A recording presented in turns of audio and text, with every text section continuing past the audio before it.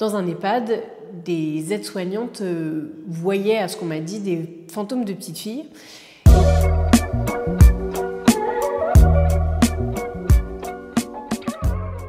Bonjour. Bonjour. Pouvez-vous vous présenter en quelques mots et nous dire la raison de votre présence?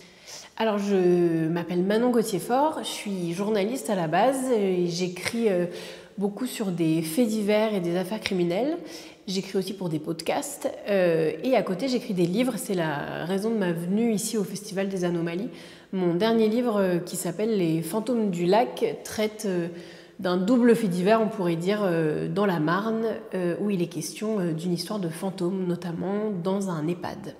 Pourquoi vous vous intéressez aux anomalies? Je me suis intéressée à cette anomalie particulière pour mon livre parce qu'on m'a raconté une histoire dans une toute petite commune de la Marne, un fait divers qui s'y passait. Dans un EHPAD, des aides-soignantes voyaient, à ce qu'on m'a dit, des fantômes de petites filles. Et il se trouve que j'ai un petit peu enquêté et que dans cette même commune, en 1978, 2 sœurs ont trouvé la mort dans un étang. Et c'est pour ça que je me suis intéressée à la présence de ces fantômes dans cet établissement, dans cet EHPAD. Et donc je suis allée sur place enquêter. Pour vous, c'est quoi une anomalie? Pour moi, une anomalie, je vais toujours parler à travers le prisme de mon livre Les Fantômes du Lac. Ça permet d'exploiter des questions auxquelles on n'a pas forcément les réponses, de remplir des trous aussi dans la réalité. Et ça permet d'apporter des réponses qu'on n'aurait pas forcément avec le raisonnable au sens de la raison, le raisonner. Oui, ça permet aussi d'exploiter le symbolisme de la vie, de ce qui s'y passe. Pour moi, une anomalie, c'est au sens, en tout cas strict et premier, ce qu'on peut appeler quelque chose de paranormal, ce qui est donc à côté de ce qu'on appelle la normalité. Mais d'ailleurs, à mon sens, la normalité et le terme normal ne veut pas dire grand-chose parce que je trouve que c'est très subjectif où on place le normal. Bref, c'est un grand débat. Dans mon livre, cette anomalie m'a permis de réhabiliter l'histoire et l'image de ces petites filles qu'on avait oubliées. Et c'est un des paradoxes que j'explique dans le livre. Il y a eu aussi ce fait divers tragique de ces 2 sœurs qu'on a retrouvées mortes, noyées dans un lac. Et ce fait divers a été paradoxalement oublié, mais la résurgence de ces fantômes dans cette EHPAD un peu, qui est en plus à la périphérie du village, a permis de ramener leurs souvenirs et a permis de les réévoquer. Cette anomalie a permis de remettre en lumière la mémoire de ces 2 sœurs, de réhabiliter aussi la famille, parce que je me suis rendu compte qu'on les avait oubliées, ces petites filles, et on avait oublié la vie de cette famille parce que c'était des marginaux qui ne venaient pas du village, qui vivaient dans une grande précarité, et que ce qui était aussi intéressant de voir, c'est que même de leur vivant, on les avait un petit peu annihilées parce qu'elles étaient mal vues. Et du coup, le fait d'en parler, d'ailleurs, c'est intéressant parce que leurs fantômes ont réapparu dans un EHPAD où, petit détail que je n'avais pas dit, leurs corps ont reposé en fait avant d'être inhumés.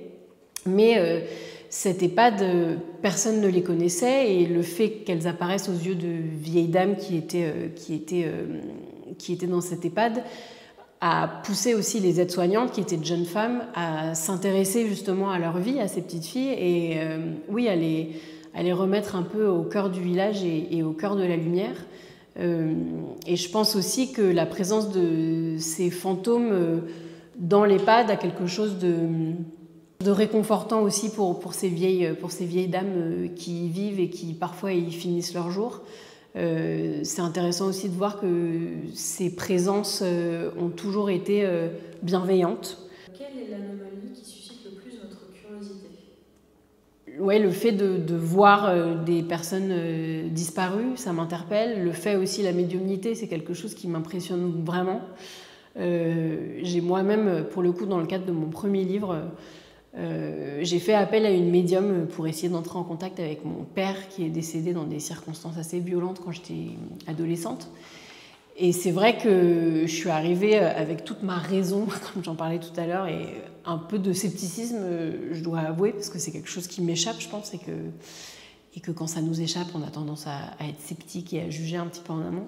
Et ça a été une expérience assez fascinante pour moi et qui continue à m'interroger et qui m'a beaucoup marquée. Ouais. Donc peut-être que ce serait aussi ça, cette façon de rentrer en connexion directe ou indirecte, mais avec quelqu'un qui n'est plus. Quel regard portez-vous sur un festival comme le Festival des Anomalies ? Eh bien, je trouve que c'est très bienvenu, un festival comme le Festival des Anomalies. On en parlait avec certains invités en venant. C'est vrai que ça permet de raccrocher aussi cette matière évanescente qui est, et ça revient aussi à ma réponse précédente, qui est parfois jugée, mal vue. Ça permet de le ramener dans une forme de sérieux, en fait. Et dans mon livre, d'ailleurs, j'ai voulu convoquer aussi des paroles de chercheurs. Je parle beaucoup d'un anthropologue qui s'appelle Grégory Delaplace, qui a fait des travaux sur les maisons hantées au XIXe siècle. Et je parle aussi d'une philosophe qui s'appelle Vinciane Després, qui a écrit un livre, Au bonheur des morts, qui raconte la façon dont les morts se présentent à nous, enfin continuent à vivre avec nous de façon différente. Et je trouve que, voilà, organiser des festivals comme le Festival des Anomalies, avec des personnes, des auteurs et des autrices évidemment, mais aussi des personnes universitaires qui travaillent en fait au quotidien sur ces sujets, qui en font des thèses, qui donnent des cours à leurs propos.